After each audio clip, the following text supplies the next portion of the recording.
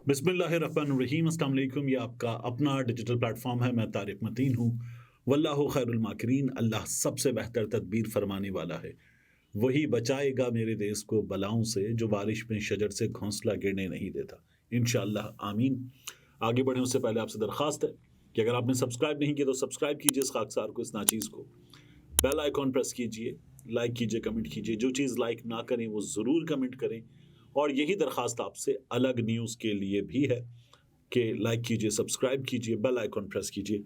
अब आगे बढ़ते हैं और इस वीडियो के मौज़ूआत की बात करते हैं। मियाँ नवाज शरीफ साहब के हक में फैसला आ गया है। वैसे तो ये फैसला अदालत ने कहा कि मियाँ नवाज शरीफ के मामले में नहीं है। इससे फैसला ये है कि ताहयात नाअहली अब नहीं होगी, 5 साल के लिए नाअहली होगी 62 1F के तहत। तो इसलिए मियाँ नवाज शरीफ साहब, जहांगीर तरीन साहब ये इलेक्शन लड़ सकेंगे। मगर काजी फाइज ईसा की अदालत ने जो फैसला दिया है उसका फायदा मियाँ नवाज शरीफ को होता है। और इस फैसले के आने के फौरी बाद मरियम नवाज शरीफ ने एक ट्वीट को रीट्वीट किया। मरियम औरंगजेब ने एक ट्वीट किया और ये बताया दोनों ने कि मियाँ नवाज शरीफ जो हैं उनके साथ जो ज्यादती की गई थी उसका खात्मा हो गया है। तो ये साबित हो गया कि एक तो ये लोग मानते हैं कि जो कहा जाता ना कि इलेक्शन एक्ट में तरमीम के नतीजे में नाअहली खत्म हो गई, तो नाअहली खत्म नहीं हुई थी। आजम नजीर तारड़ या दूसरे कानूनी दिमाग अब तक लोगों को उल्लू बना रहे थे, झूठ बोल रहे थे। दूसरी बात, मुस्लिम लीग नून एक चीज और बता रही है कि मुसलसल इनके बारे में कहा जा रहा था। उन्होंने खुद कहा था कि काजी फाइज ईसा आकर इंसाफ देंगे, तो काजी फाइज ईसा के आने से मुस्लिम लीग नून को इंसाफ मिल गया है। ये एक बार फिर साबित हो रहा है। अब ये अहम तरीन फैसला जो पाकिस्तान की इन दिनों में जो सियासत है, इस सियासत पर आने वाले इंतखाबात पर असरअंदाज होगा। इसके हवाले से कुछ अहम तरीन निकात हैं, फिर उसके बाद मैं आपके सामने 2-3 बहुत इंपॉर्टेंट खबरें रखूंगा। इसको देखिएगा आगे तक। सुप्रीम कोर्ट ने 62 1F के तहत अपने फैसले को कलअदम करार दिया। सुप्रीम कोर्ट का 5 रुकनी बेंच था, साकिब निसार साहब ने यह फैसला दिया था। उनका फैसला कलअदम करार हुआ और नए फैसले के मुताबिक सियासतदानों की नाअहली ताहयात नहीं होगी। काजी फाइज ईसा ने फैसला सुनाया और सुप्रीम कोर्ट के मुताबिक आर्टिकल 62 1F के तहत ताहयात नाअहली का फैसला वापस ले लिया। अब जो इलेक्शन एक्ट है उसके तहत 5 साल की नाअहली, लेकिन जो नैब वाला मामला है वह इस्लामाबाद हाई कोर्ट ने कहा है कि नाअहली 10 साल की। तो ये भी आपको कुछ समझ में आता है कि क्या होने जा रहा है। जब आपको ये 10 साल की नाअहली समझ में आता है तो एक और चीज समझ में आती है। सुहेल वड़ाई साहब ने आज एक कॉलम लिखा है कि 2 प्लान है। एक प्लान मुक्तदरा का है। मुक्तदरा के प्लान का मतलब यह है कि एस्टैब्लिशमेंट का प्लान है, सुहेल वड़ाई साहब ये कहते हैं। और सुहेल वड़ाई साहब के मुताबिक 6 साल चलेगा सिलसिला। और दूसरा प्लान जो है वो नून लीग उसके बारे में बात कर रही है कि एस्टैब्लिशमेंट के साथ वो सेम पेज पर हैं। और नून लीग के दावे के मुताबिक प्लान है 10 साल का। इमरान खान साहब को नैब की तरफ से 2 मामलात हैं, तोशा खाने का मामला भी, अल कादिर ट्रस्ट केस का मामला भी। अगर वहां नाअहल किया जाता है तो नाअहली बन जाती है इमरान खान साहब की 10 साल की। ये इस तरह की बातें हो रही हैं। ये डॉट्स कनेक्ट करें आप तो आपको कुछ चीजें समझ में आती हैं कि किस तरह से हो रही हैं। सुप्रीम कोर्ट के फैसले के मुताबिक सियासतदानों की नाअहली ताहयात नहीं होगी। 6-1 से ये फैसला आया है। 6 जज साहिबान ने कहा कि नाअहली ताहयात नहीं होगी। यहया आफरीदी साहब ने इससे इख्तिलाफ किया और कहा कि 62 1F के तहत नाअहली ताहयात भी नहीं है, नाअहली अदालती फैसला मौजूद होने तक है। फैसले में कहा गया कि इलेक्शन एक्ट के तहत नाअहली की मुद्दत 5 साल तक है। नाअहली की मुद्दत के कानून को जांचने की जरूरत है। फैसले के बाद नवाज शरीफ और जहांगीर तरीन की नाअहली खत्म हो गई। नवाज शरीफ के मामले में कन्विक्शन सस्पेंड है, सजा मौतल खत्म नहीं हुई है। तो वो जो पंजाब हुकूमत ने किया था तो उस पर अभी ये बाकी है कि नवाज शरीफ साहब अहल होंगे नहीं होंगे। कुछ लोगों की राय है, मेरा ख्याल है बेकार की बहस कर रहे हैं। मियाँ नवाज शरीफ के हक में सब कुछ ठीक हो चुका है। तो मियाँ नवाज शरीफ साहब के मामले में उन लोगों को परेशान होने की जरूरत नहीं है। काजी फाइज साहब ने आज की समात में रिमार्क्स दी कि पाकिस्तान की तारीख देखें कि 62 1F की नाअहली जैसी तरामीम कब लाई गई। आइन में इस किस्म की तरामीम अयूब खान के दौर में शुरू हुई और आगे चलती गई। पाकिस्तान की तारीख को फरामोश नहीं किया जा सकता। ये काजी फायज ईसा साहब ने फैसले में कहा। अब एक बहस हो रही कि बहुत सी चीज़ें जो डिक्टेटर्स की डाली हुई थी उनको अदालत जो है वो दुरुस्त करार दे रही है और बहुत सी चीज़ों को गलत करार दे रही है। सबसे पहले तो हमारी अदालतों से ही बंदा पूछे, क्या भी तमाम लोग डिक्टेटर्स को, ताकतवरों को हमेशा फायदा देते रहे हैं? वो नजरिया ज़रूरत की शक्ल में था, वो उसके बाद उनके हाथों पर बैत करने की शक्ल में था हमारे तमाम ताकतवरों की, बार बार हर डिक्टेटर के सामने। तो ये हमारी अदालतों ने ही किया है। तो हमारी अदालतें अब अगर इसको करेक्शन का नाम दे रही हैं तो इस वक्त जो कुछ हो रहा है वो हमारी अदालतों को नजर नहीं आ रहा। अदालत ने आज जो कुछ लतीफ़ खोसा साहब के साथ किया उस पर आपको नजर आता है कि काजी फायज ईसा साहब जो हैं वो तो बाकायदा तौर पर फैसला दे चुके हैं पाकिस्तान तहरीक इंसाफ के मामले में।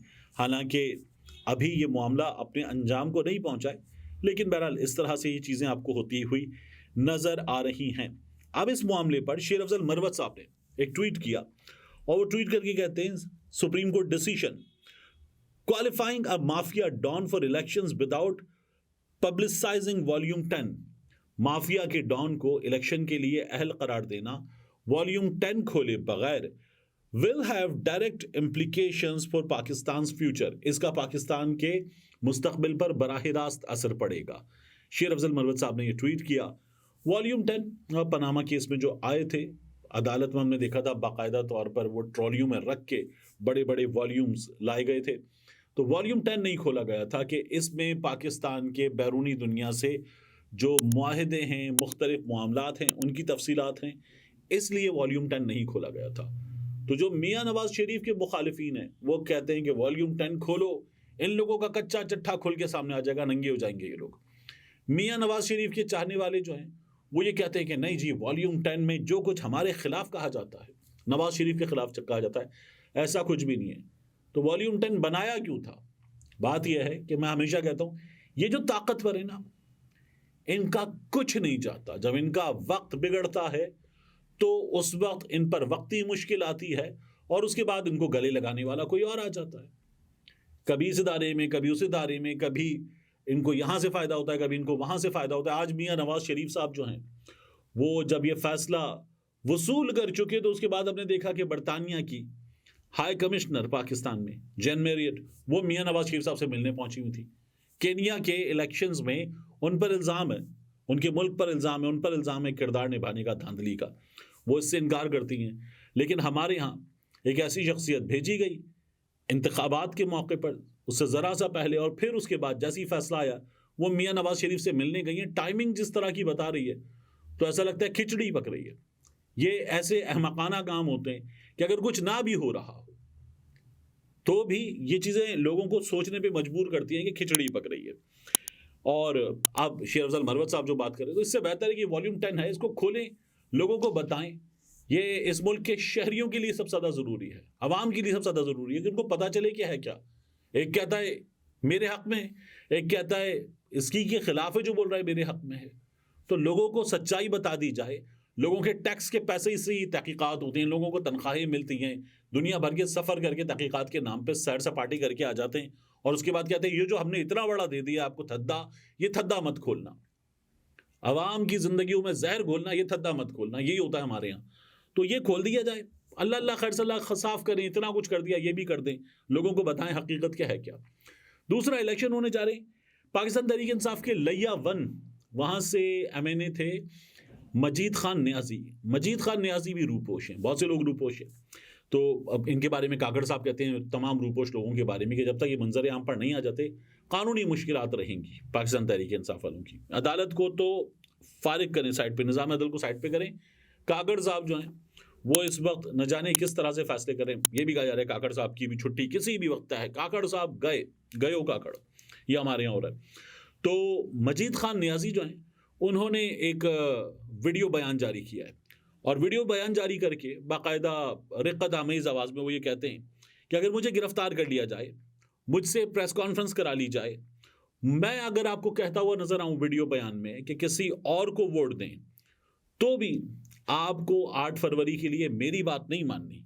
आपको वोट देना है, वोट सिर्फ इमरान खान को देना है, पार्टी को देना है PTI को।